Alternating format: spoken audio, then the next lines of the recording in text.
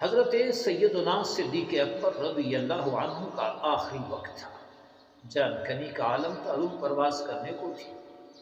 حضرت سیدنا علی المرتضیٰ رضی اللہ عنہ کو اپنے پاس بلایا اور وصیت کی، فرمایا میرے مر جانے کے بعد، وصال فرمانے کے بعد آپ نے مجھے غسل دینا ہے۔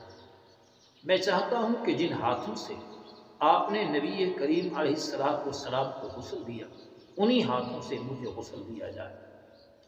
پھر اس کے بعد میرا جنازہ تیار کر کے نبی کریم علیہ السلام کے روضہ پاک پر لے جانا اور اجازت طلب کرنا، اگر دروازہ خود بخود کھل جائے تو مجھے اندر دفنانا، اور اگر دروازہ نہ کھلے پھر مجھے عام مسلمانوں کے قبرستان میں دفن کرنا۔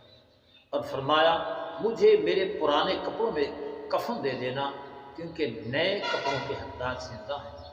اس صورتحال میں صدیق اکبر دنیا سے وصال کرتے ہیں کہ غسل دینے والے جناب علی ہیں، کفن پہنانے والے جناب علی ہیں، جنازہ اٹھانے والے جناب علی اور باقی صحابہ کرام ہیں۔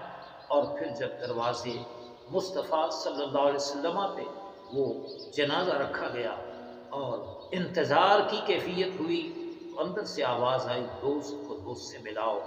آخر پوری زندگی جس نبی پہ نچھاور کرتے رہے اپنی جان، نچھاور کرتے رہے اپنا مال، نچھاور کرتے رہے اپنی اولاد، وہ دم آخری اور دم واپسی بھی نبی کریم علیہ السلام کے پہلو میں پہنچے۔